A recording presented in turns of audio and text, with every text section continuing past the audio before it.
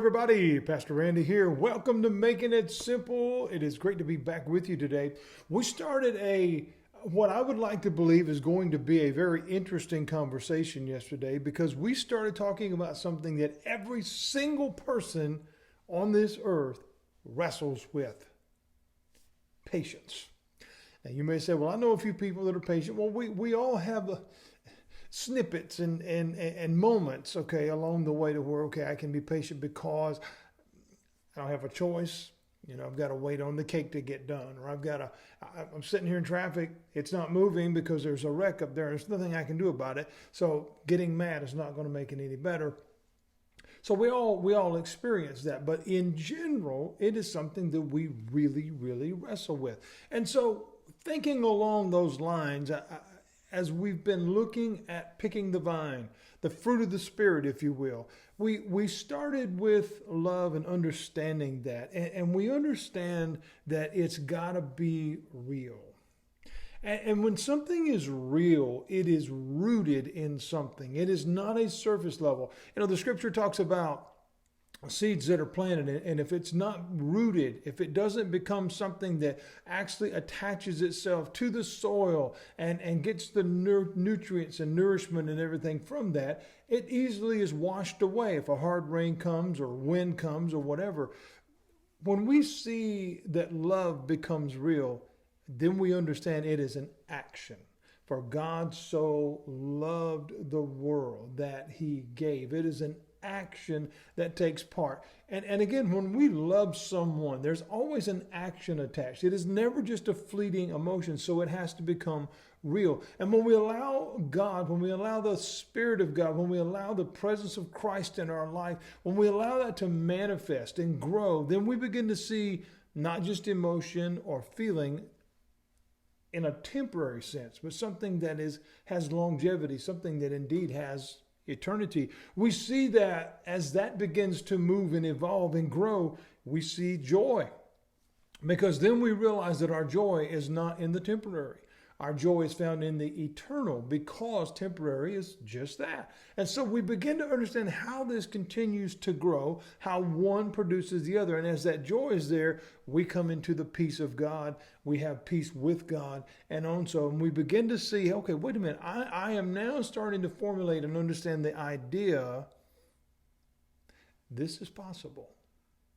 This is possible. So when the next part of that vine, the next production of that, as we see love and joy and peace begin to formulate, then we see patience. And we begin to realize, well, wait a minute, if the other three are possible, so is this one. You see, friends, God never asks us to do anything that we can't do.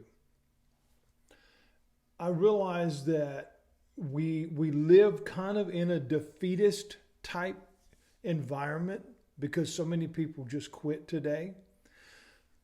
And again, I try not to ever say anything to just be overtly negative. But I think that, again, as we look around us, we just don't see a lot of positivity anymore because there's so much negative. But we have to understand what is our source? Where are we gathering our information? Where are we gathering our encouragement? If it's just mere self-help stuff and this and that, well, again, those things go back to the temporary. We got to understand we need something that is rooted. We need something that is foundational, something that we can actually build on. Jesus said if we build our house on the rock, not only is that counted as one that is wise, but when the rains and the winds and the floods and everything come, it will stand. Just as the opposite, if we build it on the sand, it washes away. God never asks us to do anything we can't do. We turn today in our discussion to the book of Psalm, and we see a couple of different passages here that I really want to build on for just a few moments. The very first one is Psalm 27 and verse 14. And it says, wait for the Lord. That's the very first line. Wait for the Lord. Be strong and let your heart be courageous. Wait for the Lord. Did I hear that right? That's in there twice. Wait for the Lord. What does waiting require? patience. Patience. Is that easy? No, because we've been conditioned. We want the answer when? Right now. We don't want to wait.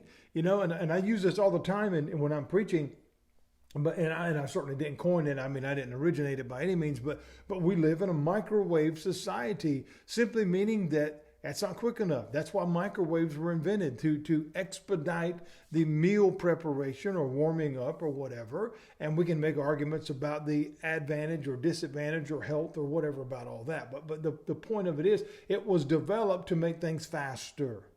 Okay, and now we have multitudes of apparatuses, machines and whatever that does all those things. Air fryers and this and that and whatever to reduce time.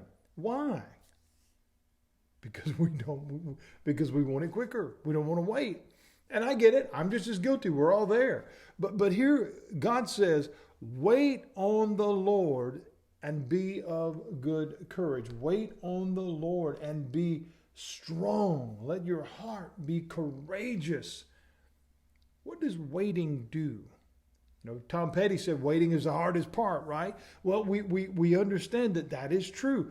Further over in Psalm 37, we see kind of a repetition of this a little bit. And it says, be silent before the Lord. Now, I want us to think about that for just a minute. Be silent before the Lord. What is that asking us to do? Listen. If I'm in a hurry, if I am trying to get to the next spot, if I'm trying to get to the next accomplishment, the next goal, whatever, oftentimes I do that in a rush. Sometimes that doesn't work. If I am perfecting a craft, artistry, whether it's painting or drawing or writing or playing an instrument, you don't pick it up the very first time and are an aficionado. You're not an expert. As a guitar player, I remember when I first learned, and I am certainly nothing. I could never go on tour and make a living with it. I'll put it that way. I can play enough to do some songs and entertain myself. But never did I think, the very first time that I picked it up, that I was going to be Stevie Ray Vaughan or Jerry Reed or Chet Atkins, because that takes time, which requires patience, right? Well, here we see God is saying, be silent before the Lord. And here's that word again. And wait expectantly for him. What does that word mean? I'm expecting that he will answer. I'm expecting that he will hear me. And it goes on, it says, don't be agitated by one who prospers in his way. They're getting it first. They're getting there quicker. Go back. Be silent before the Lord. Listen to the still small voice. Be still and know that I am God. Be silent before the Lord and wait patiently for him. Wait expectantly for him. Do not be agitated by the one who prospers in his way, by the person who carries out evil plans. Another version reads it this way. Rest in the Lord and wait patiently for him. Wait how? Wait patiently for him. Fret not yourself because of him who prospers in his way, because of the man who brings evil devices to pass. Envy and jealousy in this life is a very, very easy place to get, because it seems like many get there quicker. But oftentimes what we find out is those that got there quicker didn't get there fairly. They skirted the system in some kind of way, or they cheated, or they used some type of enhancement to get them to the goal quicker. Whereas that one that waited patiently, that one that waited expectantly, that one that did it right, it may have taken longer to get there, but what they have is not only something to be proud of, but it can't be taken away. It doesn't get marked with an asterisk. It's like when a team cheats and wins a World Series or a Super Bowl. They may still in the record books get the credit, but it doesn't have the same merit because you didn't win it fair. In the Olympics and different places, people sometimes lose their medals when they find out they took, performance enhancing drugs or this or that. Here we understand that life is a battle, friends, and sometimes the hardest part of that battle is our impatience, because we want it now. But here we see in these two passages alone, he says, Wait on the Lord. Now, I realize sometimes that's easier said than done, but what we see here is this word wait is used, but when we see it together, when it either says wait expectantly, I'm trusting and believing that it's coming, or even if, as it's written, wait patiently, we understand how those two things go together, and they are a challenge.